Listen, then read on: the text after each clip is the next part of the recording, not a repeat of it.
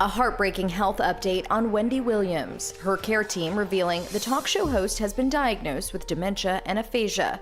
This is all too much. Go! Drive! I have no idea where we are. Hi everyone. So if you've been following up with Wendy Williams, you know she is suffering with dementia. And today I'm going to be talking about natural approaches to preventing and even treating dementia, Alzheimer's, and things like that. I have a few videos down where I was talking about mental health in regards to using functional medicine as a way to treat it. So if that's something you're interested in, you want to help a family member, you want to make sure that you actually get your stuff together now at your age so you don't get to a certain age and find that as a problem, you definitely want to listen. Hi everyone, my name is Dr. Wendy Ehim. I am a certified functional medicine and nutrition practitioner, also a licensed pharmacist, and today we're going to be talking about natural approaches to dementia, Alzheimer's, and things like that in regards to the mental health. There's a study that came out that shows that women who are dealing with polycystic ovary syndrome, which is an issue I talk about all the time on my channel, later on in life actually start experiencing dementia, right? And I'm gonna explain why that happens and how you can actually fix it. So in functional medicine, we're looking for the root causes. What is the problem? Why did this happen? How do we get here? Most people approach a lot of illnesses with, oh, this is the problem, let's go ahead and give this right now so we could manage the problem. But if you don't know why it happened in the first place, you're just going to be going round and round and you'll never find a solution, right? Until that person finally just decays and leaves this world. So with functional medicine, what is the problem? And most of every illness, if not every illness, and I could argue with anybody any day, chronic inflammation is the problem. You have exposed yourself to a lot of toxins and chemicals that have caused so much inflammation in your body that your body has not been able to cleanse it out properly. So it ended up turning into any kind of disease state, name it. And in Wendy Williams' case, it's dementia.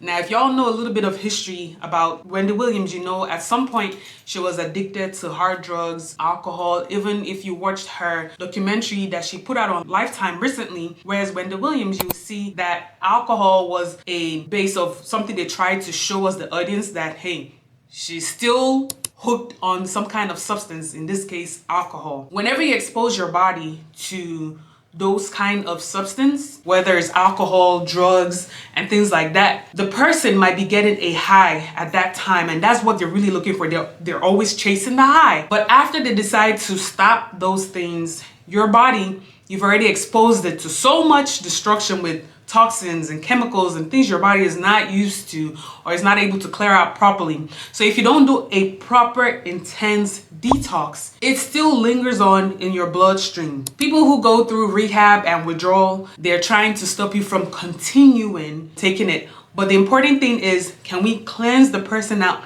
thoroughly as well? And so you see people who have been addicted to drugs or alcohol, when they go for rehab, they come out and themselves again. They're happy again. They're trying to understand life, you know, things like that, because maybe if it's a good rehab center, they've been able to detox that person and also work on the mind, because everything is not just physical. You have to help the person mentally, physically, and emotionally, because they've put all of that emotion and physical and mental health on the substance that they were addicted to. Okay, so in Wendy Williams' case, and I'm just, all this is hypothetical, but I could guess, just, you know, being a professional, this is what I'm guessing, right? All the years that she dealt with addiction, whether it was alcohol or drugs, those things caused havoc in her system. If you know anybody that has dealt with any kind of problem with drugs or alcohol, or even maybe you yourself, you probably will say, yeah, this thing I'm saying is correct. Whenever our bodies has been exposed to toxins, it goes into our bloodstream, and their walls, like our intestine, is supposed to be interlocked like this, very tight.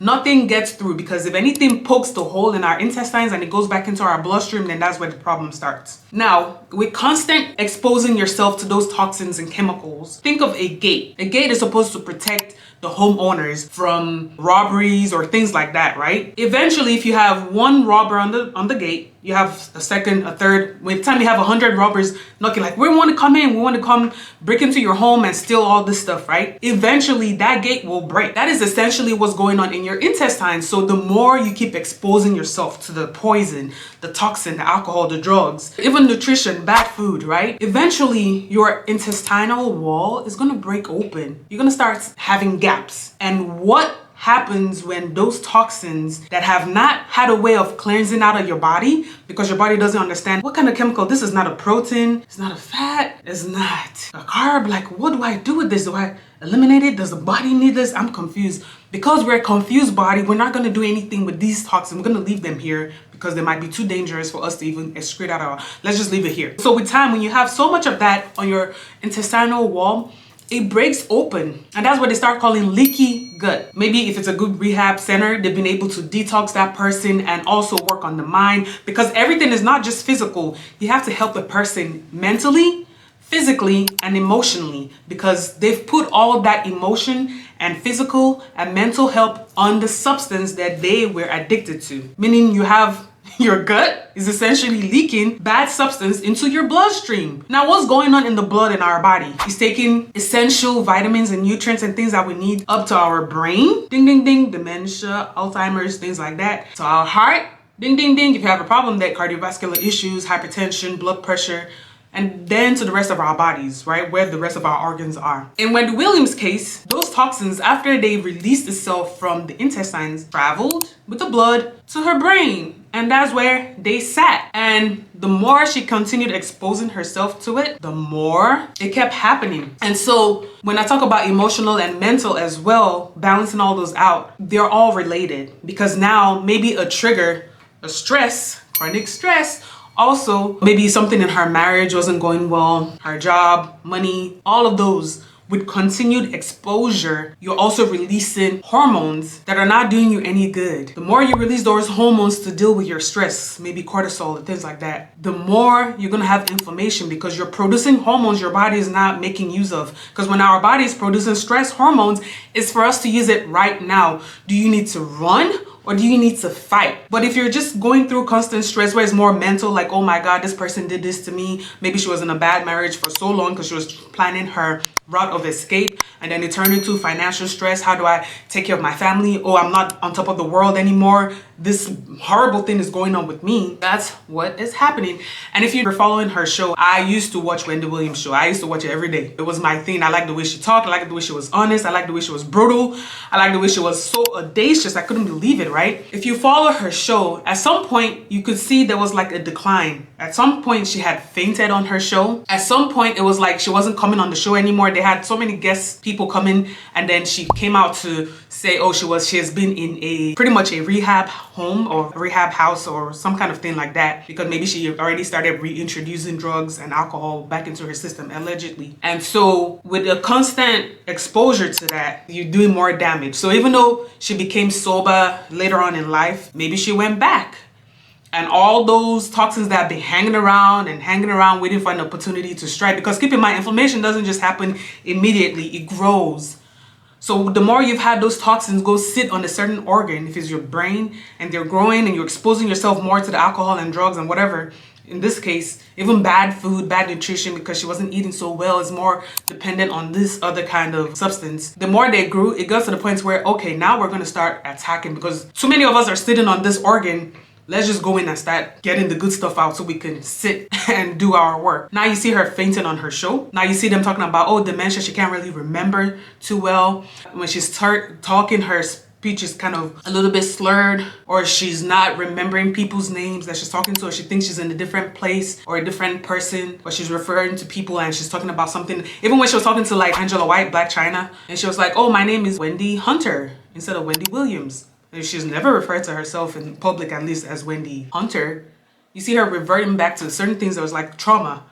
These are all signs of exposure to the handwork of the inflammation. This is what it's doing now. So she's lost most of the good things, and most of those toxins and chemicals are now sitting on her brain and doing its work and doing all this crazy stuff. Even going down to the lymphedema, where her legs are swelling, I could definitely point that also to inflammation. What does she need to do? And if anybody's also having this issue, what do they need to do? A deep detox, the detox that focuses on cleansing out the liver and focusing on phase 1 and phase 2, okay? A good detox like that. Her diet needs to change. She needs to introduce more whole foods, more fruits that are organic and clean, not on the dirty dozen, go ahead and Google that, but things like that. More removing the sugars, things that are also gonna keep adding to the problem. Removing the bad fats, introducing good fats, because her brain is gonna need the support. It needs the good avocado, olive oil, even ghee. She really has to eat butter, right? She needs to stop everything that she's doing. The vaping, the alcohol, if she's still exposing herself to any kind of drugs, even people that are around her smoking or doing things like that, because she needs to like pretty much detox and cleanse out from that completely. She needs to take good rest, sleep at the correct hours, making sure she's getting 7 to 8 hours of sleep. At her age right now, she can afford to do that, and she needs to be doing it because your body fixes itself between the hours of 10 p.m. and 2 a.m. That's when your circadian rhythm is working to repair its cells. She needs to find a way to channel whatever kind of stress that she's going through. She needs to channel it into other things. Meditate, journal, write, pray if that's your thing. Do exercise and get it out. And the way when I look at her physically, even just from the video, from the legs to the extreme weight loss, I know sometimes people are looking to lose weight, but in her case, for her height, she's too thin. She needs to reintroduce good diet and good nutrition back into her life. So she needs to supplement for a lot of things that she's probably not getting if she's very heavily dependent on alcohol. She needs a complete multivitamin that is going to reintroduce all the vitamin A, D, E, K, Bs back into her body. And without even knowing any other thing that she's going through, she might need to run some labs and see exactly what she's going through. Does she have some hormonal imbalance? We need to introduce some DIM or something like that. But these are the things that me just watching it from like a functional medicine practitioner or nutritional practitioner perspective, I'm like, ooh, I could see some things that I'll definitely want to address. And this is just to help anybody else out there. If it's a way you're thinking of, oh, how can I prevent it for myself? I'm almost down this pathway. Is there a way to reverse? Yes. You just have to do a lot of work. You have to get in and do some work, because we need to reintroduce a lot of healthy antioxidants, because these are the things that are going to go there to fight for those bad things that are already, for instance, in this case, in the brain, to go away and reintroduce antioxidants. So it prevents further damage, further brain cells from dying. That's what antioxidants do. They prevent dying in our cells. She needs to introduce some probiotics to cover up that leaky gut, so things that she eats don't keep going into the bloodstream. Once those two things are fixed, everything else can start working properly. She needs to be hydrated properly, heavily hydrated, not with no flavored water, sugar, nothing, just pure water. So I hope y'all like this. If you found value in it, please go ahead and subscribe for more. And if this is something that you've gone through or you want to advise other people, go ahead and comment down below. Share this, like it, let everybody else know. And even if in Wendy Williams' team, they could find it, I don't mind, if they learned anything from it. But this is just my perspective coming from a pharmacist and a functional medicine practitioner who bases it on nutrition. So until next time, take care and have a great day.